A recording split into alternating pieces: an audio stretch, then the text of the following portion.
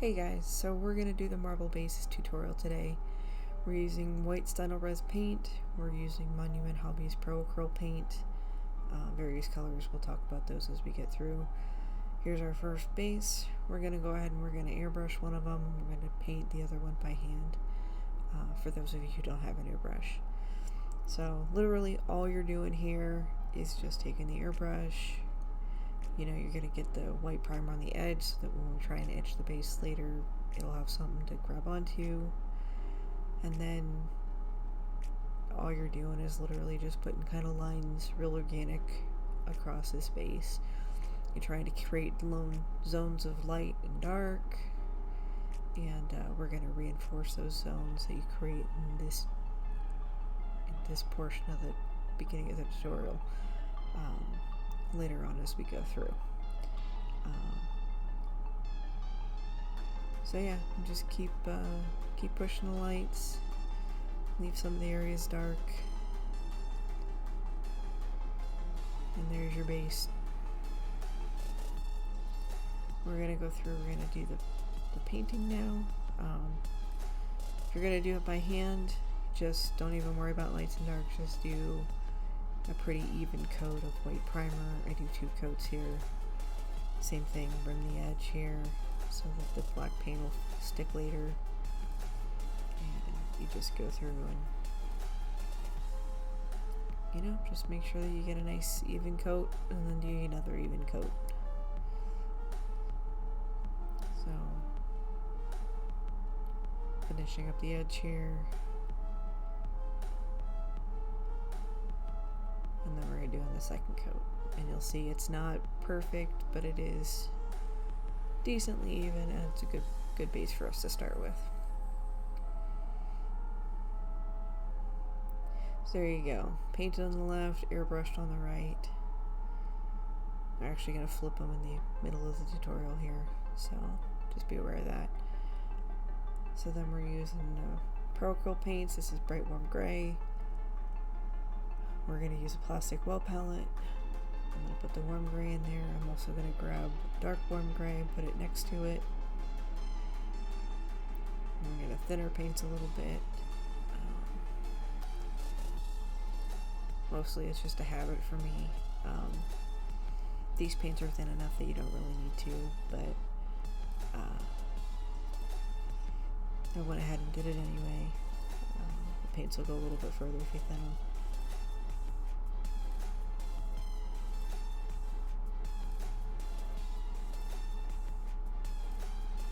And they'll flow a little bit better. So there you go. It's a sponge from GW Blister Pack. You can use any sponge, natural sponge, blister pack sponge, whatever you got laying around.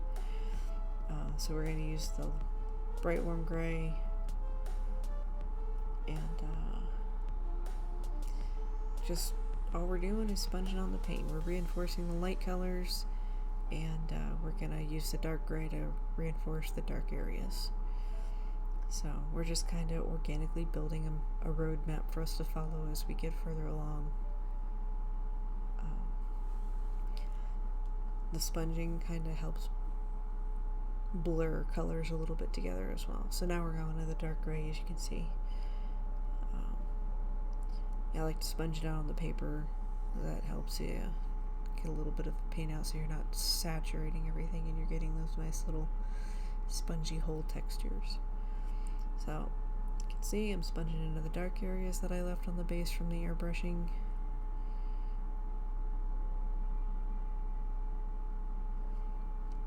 Move it to the other base, same thing.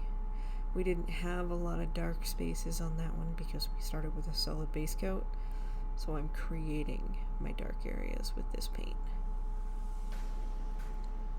So I feel like I got a little bit too dark in some areas, so I'm going to go back in with the white, or the lighter color. And I'm just going to paint still a little bit wet, so they're going to blend together a little bit as I sponge them together, which is good. Like I said, it's still a very organic thing, and I'm just reinforcing the light areas. So now I'm taking some of my gray, and we're going to do a wash over areas of the base. And normally you don't want coffee staining, but this technique you do want coffee staining. So I'm going to thin it down. That's about the consistency there. Kind of like a heavy glaze. And now we're just going to kind of make the dark areas darker. And we're going to be kind of sloppy with it. And just kind of follow the lines that you've created with the sponging.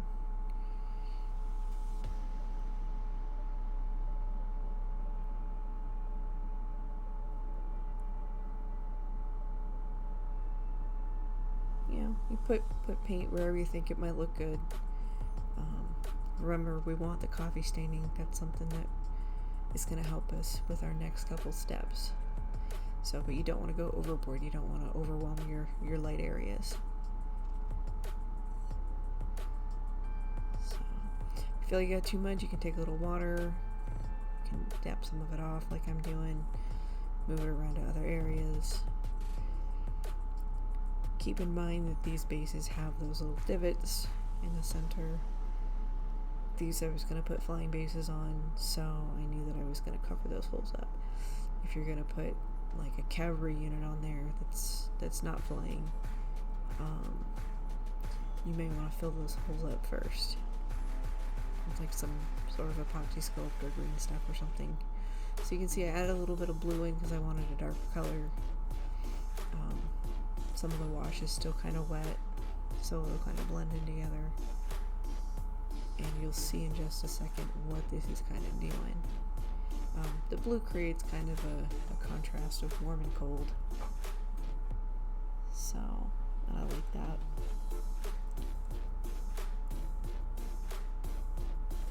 Yeah, just kind of dab it and put it on wherever you think. Here, I'll show you some of the coffee staining that's already starting to happen. You can see those hard lines that are starting to come. We want those. Those are going to be your guidelines. So you can see how a lot of that's still wet. Just laying it down and kind of letting it flow together.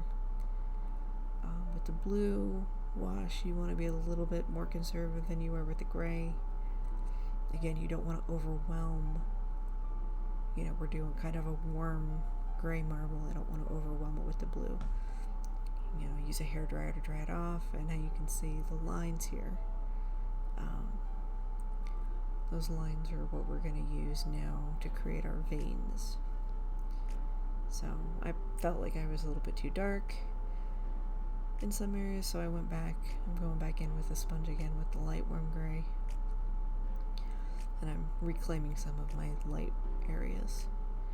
That's the nice thing about this. Like I said, it's a very organic thing, so if you feel like you've gone too dark or don't like something, you can always sponge over it, paint over it, wash over it until it kind of becomes something that you like. I like them because they're real relaxing. So here, I'm taking that same wash color that we had earlier, and I'm starting to do the veining. And you'll see here it's not that dark. I left this in because I want you to see me make a mistake. I wanted the veining to be a little bit darker, so I'm going to go ahead and I'm going to add in some of the dark warm gray in just a minute. I just don't feel like the veining should stand out. And I don't want to do multiple steps. This is just, bases for an army. I don't want to take hours to do bases, so I want it to be kind of fast. So you can see the consistency there. It's not as watery as our wash was with more paint in it. And I'm just going to go right back over the lines again with more of this neutral dark gray. Or, well, it's neutral because it's got a little blue in it.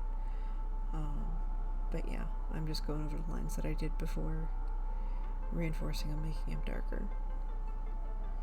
So I'm leaving some gaps because I'm keeping in mind that I'm going to add some gold in. And I want to use the gold to connect some of my glue my painting together, so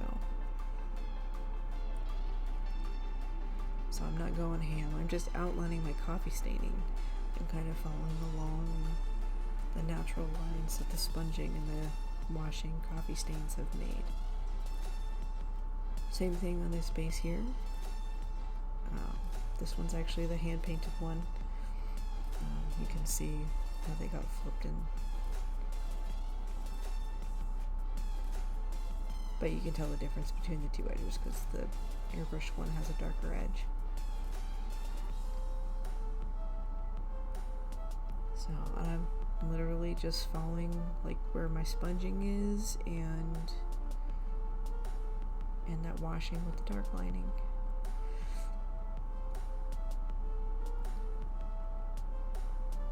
You know, put lines where you think they'd look cool and visually interesting.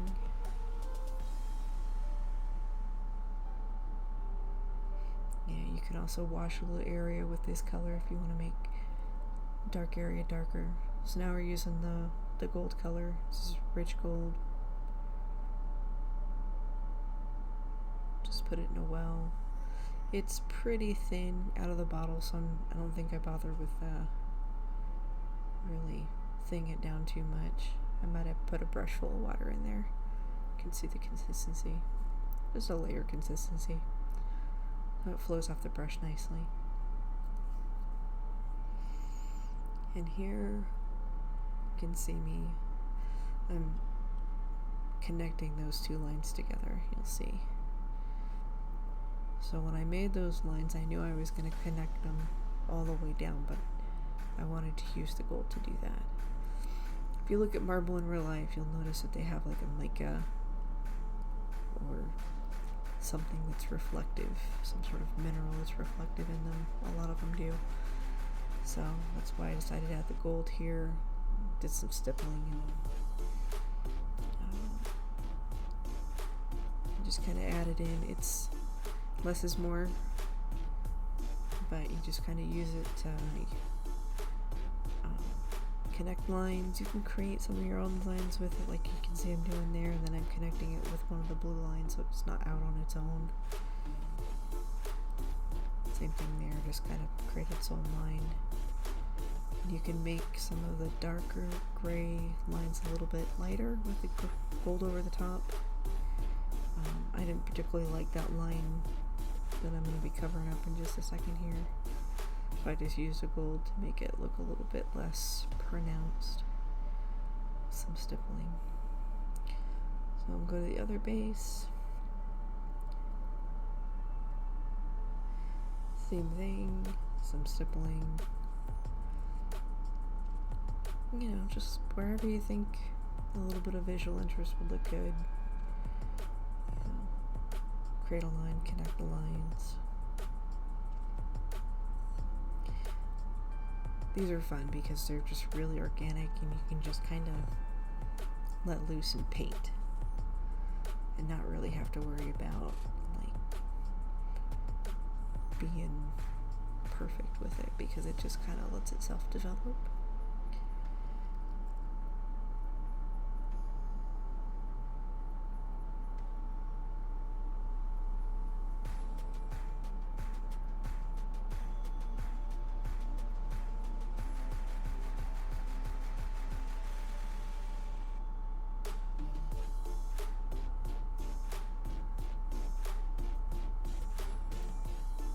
So I'm just going over all the base here and just literally adding areas where I think some visual interest could be nice to have. One of the other things you'll see I'm doing right here is doing a little bit thicker of an area to reinforce that gray line, but I want it to be really gold, but then I decide that it's too gold. So I'm going to take a little water and I'm just going to like feather the edge out a little bit. And that's another thing you can do is you can actually use the gold as a little bit of a wash and fill in an area. Because marble does that too. It'll have like big areas of like shiny. So yeah, so now we're gonna go ahead and the last part is doing the varnishing. We're going to do one base with Citadel's Ardcoat, and we'll do 2 layers of each. I'm going to only show you doing one, but at the end I'll show you what it looks like after 2 coats. Put this stuff on, let it dry, put another coat on, let it dry. You could do multiple coats, you could do more than 2 if you want. This is the Liquitex stuff. I'd recommend the Liquitex if you're doing a lot of bases, just because your cost is going to be a little bit cheaper per base. What I noticed in person, on the camera it looks about the same. Here they are after 2 coats, but I noticed that the Ardcoat is a little bit shinier, whereas the Liquitex actually fills that grain that you can see from the GW bases a little bit better. You know, I personally go ahead and do, 2-3 coats and call it good. These are gaming bases. You gotta go ahead, I'm gonna run the base with some black at the end. You can do whatever color you want. I personally like black on the edge of my bases because it's like having a nice picture frame, that just frames your model. So, go ahead, the way you do this, get some paint on the brush and you just use the side of the brush and run it along the edge.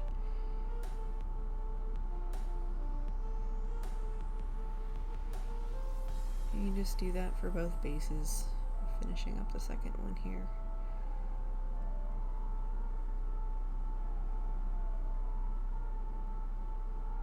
And there you go.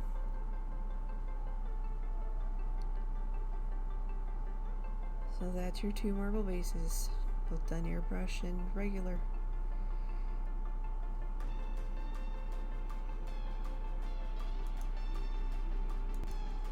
Alright guys, thank you for checking out the video here. If you liked it, click the like button. If you want to see more stuff like this, please subscribe to the channel. And I will see you next time. Alright, bye guys.